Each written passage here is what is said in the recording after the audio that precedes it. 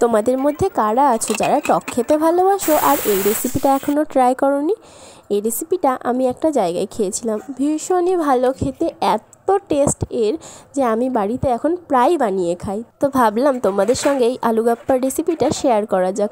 প্রথমে নুন দিয়ে 3টে আলু সেদ্ধ করে নিলাম। প্রেশার কুকারে দিয়ে একটা সিটি মারলেই আলু সেদ্ধ রেডি হয়ে যাবে।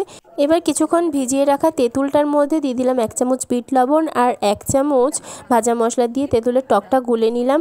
এবার সিদ্ধ আলুর খোসা ছাড়িয়ে মাঝখান থেকে কেটে একটা চামচ বা ছুরির সাহায্যে গোল করে বাটির মতো করে নিতে হবে। এরপর ওর মধ্যে পরিমাণ মতো বিট লবণ, ভাজা মশলার গুঁড়ো আর গোলমরিচ গুঁড়ো দিয়ে নিলাম। তারপর দিয়ে দিলাম তেঁতুলের টকটা, বা সামান্য পেঁয়াজ কুচি আর লঙ্কা কুচি দিয়ে দিলাম। এবার ওপর থেকে একটু ঝুরি ভাজা ছড়িয়ে নিলেই রেডি হয়ে যাবে আমাদের আলু গাপ্পার রেসিপি। খেতে কিন্তু দারুণ হয়েছিল। তোমরাও বাড়িতে বানিয়ে খাও আর অবশ্যই আমাকে কমেন্টে জানিও কেমন হয়েছিল। ভিডিওটা ভালো লাগলে অবশ্যই একটি লাইক করবে, আমার চ্যানেলটিকে সাবস্ক্রাইব করতে ভুলবে না। টাটা।